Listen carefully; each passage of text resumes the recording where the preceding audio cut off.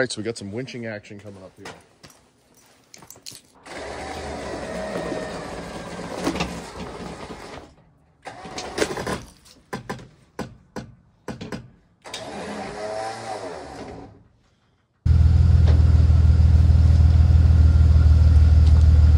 Well, that's not gonna work. What we got going on here, ooh, icy.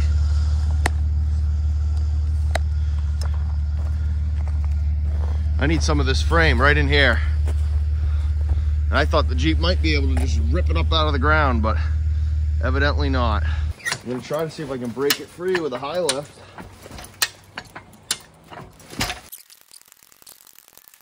Could you imagine the purr of a nice Kubota diesel or a Bobcat, John Deere? Just in my head, that's what I hear right now.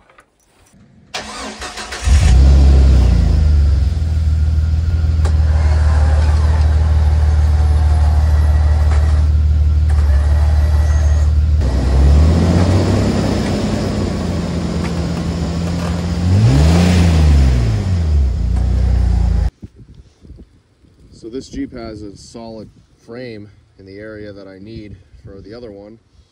And because there's some details that run through there, the lower spring mount and a few other things. I mean, yeah, I guess I could recreate them, but I want to try just taking a slice out of the frame right where I need it and then fit it to what I'm going to cut from the other frame and then put it in. But I just wanted to take a second and look at the way this old plow mount was set up. Square bolts on both sides. I mean, that's just, it's just not done that way anymore. And once again, it's just something I think is pretty cool.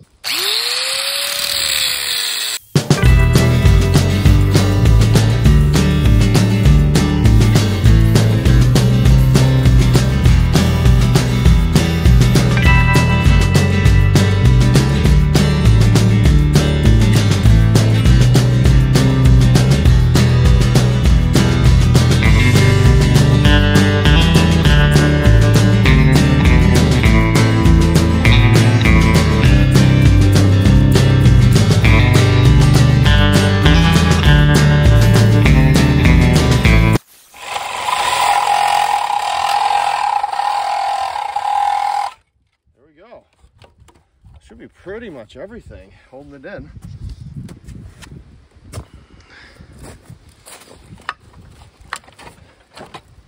Okay, the only thing left is the bracket for the pedal assembly here that goes on the side of the master cylinder. So I'm gonna get some wrenches and pull that. So there it is, removed. It's actually pretty good in through there. Like I don't know what to say. That scrappy piece of frame probably saved me,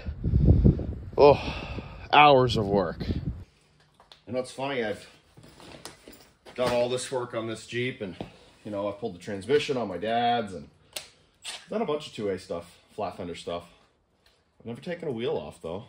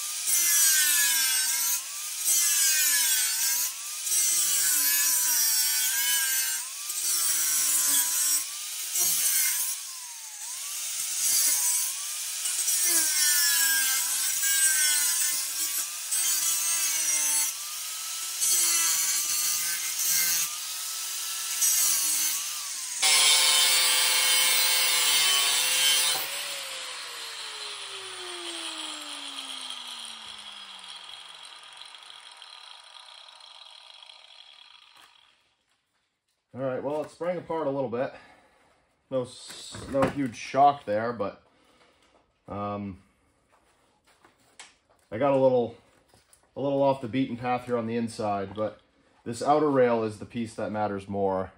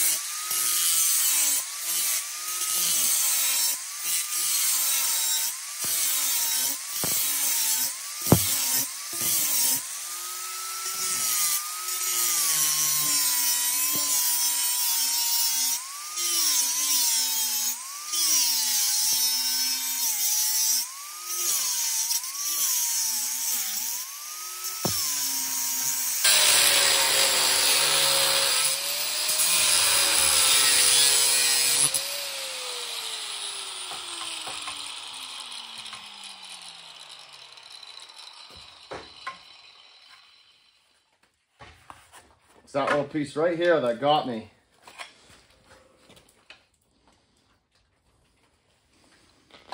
All right, there we have it. No turning back. Sorry if I'm yelling. I still got my earmuffs on. Okay, well, I did some measuring. I have my stencil, and the die is cast. I always get nervous once I get into anything at this level where it's kind of like there's no going back, but let's reframe this. Well, reframe, get it? But think about it in a different light. I removed this. Can't be worse than that, you know? I was trying to stay off of this detail here where the steering box mounts and leave where the brake booster mounts right here. And as you can see, I think I made my my shot pretty good. I was able to avoid this. Can be a little bit of a tricky cut through this because you can see there's multiple layers of steel here. Anyway, that went about as well as I could have hoped. So now I got a little bit more to do. Prep the other piece to go in.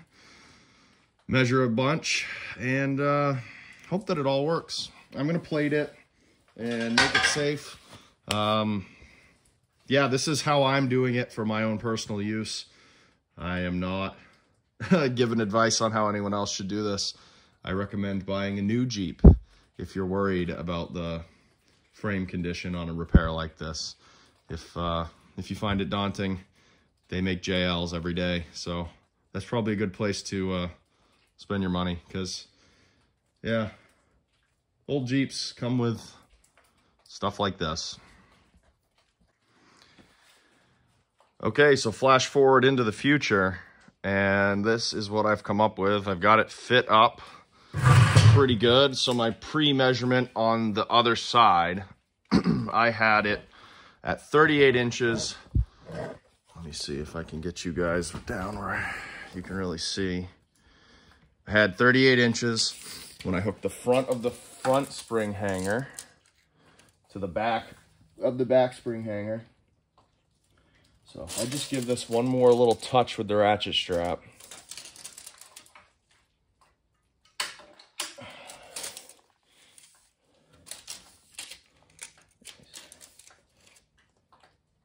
Keeping in mind that nothing on these old Jeeps is square. It's never going to go faster than 50 miles an hour. And it's probably going to have non-directional bias plies on it.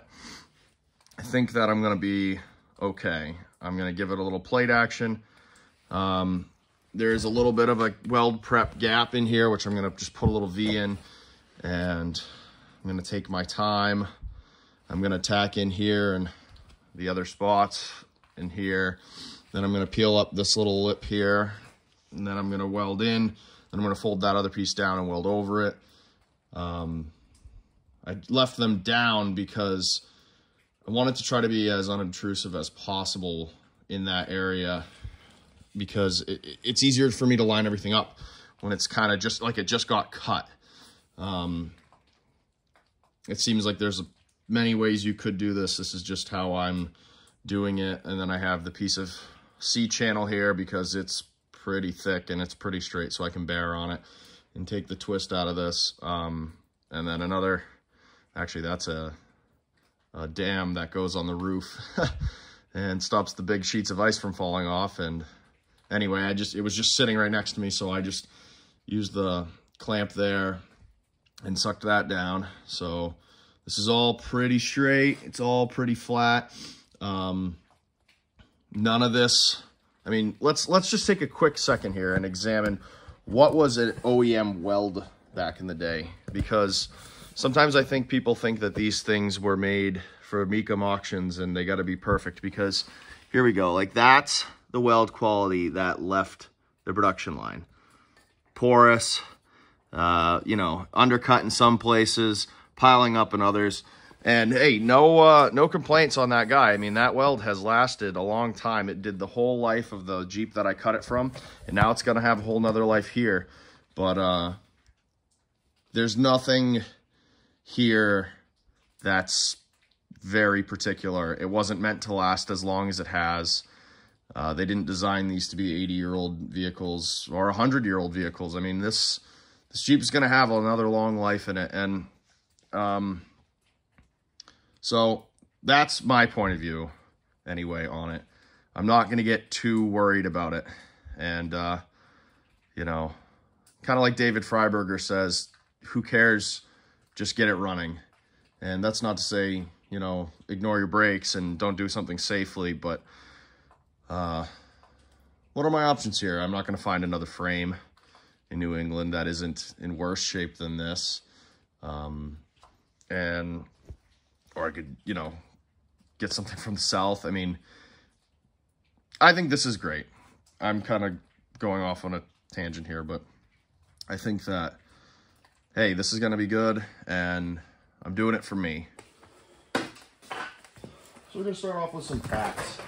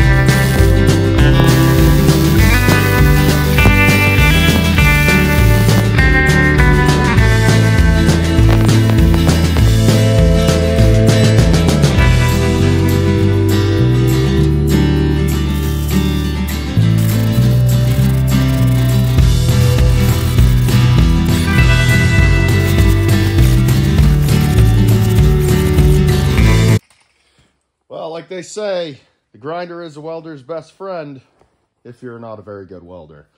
Yeah, I've taken a couple welding classes. I took them in college, and it was all stick welding. And, you know, my welding comes in fits and spurts. I'll weld a little bit for a while. I feel like I get back in the groove, and then 8 months will go by.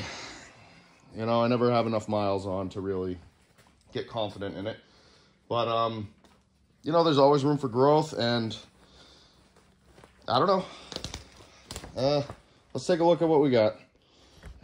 No, nothing's being hidden here.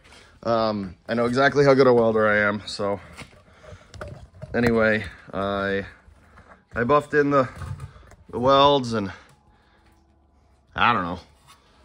Put it this way, the day I'm laying stacks of beautiful Instagram welding dimes is the day you see it. Otherwise, I wouldn't have grinded it. I would have highlighted it. It'd be a cover shot or something, but I'm not that guy, so maybe someday. But for now, solid wells with no holes on a rusty old frame. Yeah, I mean, I wouldn't say that I'm the best, but I'll give anything a shot. So here we have a final look in summary of the repair that I did. It was welded here, and then you could see from the heat affected area, I did put a plate on the inside, and it's tricky to weld in there. You know, I only have a window so big. I actually cut some more out to give myself a bigger window. You can see right here where I spliced in a plate. I'm gonna grind that up so it looks better. And then here was another area where I cut, and it's plated right here on the inside. There's no way to get up higher because of all of the box details. And then this hole, I just couldn't remember if I need it, so I didn't weld it in because I might have to drill through it. But other than that, I mean, it wasn't a terribly hard repair. I think it all went pretty well, and I did manage to basically get the whole garage out, but I gotta do like a cleanup spell and then refocus, probably hang that axle back on it just because it makes it way easier to move around, and then get ready for another push on something else. But yeah, I'm happy with how that came out, and I think that, I don't know, it's gonna be good. And yeah, I'm excited. The Jeep is getting more progress all the time, and I'm really enjoying doing this. So thanks for coming along on the little adventure of me working on this Jeep and checking out what I got going on. It's pretty cool to see people showing up and watching these little goofy videos that I'm making. Hopefully my editing skills are getting better. I am working on that, and I'm excited for the next one, so thanks. So I want to take a quick second and just show something cool that happened. A guy, ironically, only 10 minutes down the street from me. You know, I mean, I've been driving by his area for my whole entire life. Anyway, he ended up watching the videos and had some Jeep parts and reached out to me, and I was really grateful to accept them. It was really nice, and he didn't have to give them to me, but just a really cool thing that happened. And so yeah, it's a plow pump setup, hydraulic setup. It allows you to lift your plow. So it would be constantly driven by the engine via a belt here, and then, you know, you can power up in one direction, and then the other direction would be bleed off, and then the gravity will take the plow down. So that's really cool, and totally fits in with the thing that I like about CJ-2As, which is they're a tool, and they're a tool that has tons of functions. Driving implements, you know, it's a road-going tractor. I think that's awesome. And you know, just a guy right down the road somehow had seen my video, and yeah, it blows me away. I'm really thankful, and I don't know what else to say. Just, I'm surprised, and it's humbling, so thank you. And we'll put this to use later on. Obviously, we've got a ways to go before I'm really into that, but I've been thinking about this for the past couple of days, and possibly I might be able to make that drive a wood splitter. You know, hydraulics, right? And with the right valving, you can make it do anything. So I don't know, thinking out loud, but really cool, and I'm super grateful to have this. So thank you very much. So we got a little sneak peek here of what I'm gonna have for my sort of logo or cover for my channel. I kind of had this sort of image in my head, a 2A being lifted by a ship and placed on shore.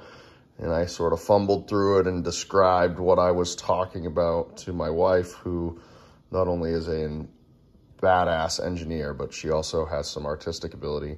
And so she's been working on this, and it's almost done. So I'm gonna have that for my logo, and then maybe get some stickers made up. And yeah, I'm excited about that. I think it looks awesome. I don't know how you could take a tube of paint, spread it around on a piece of paper, and make something like that come out. But yeah, I'm excited. It's wild. Art fascinates me. So thank you very much.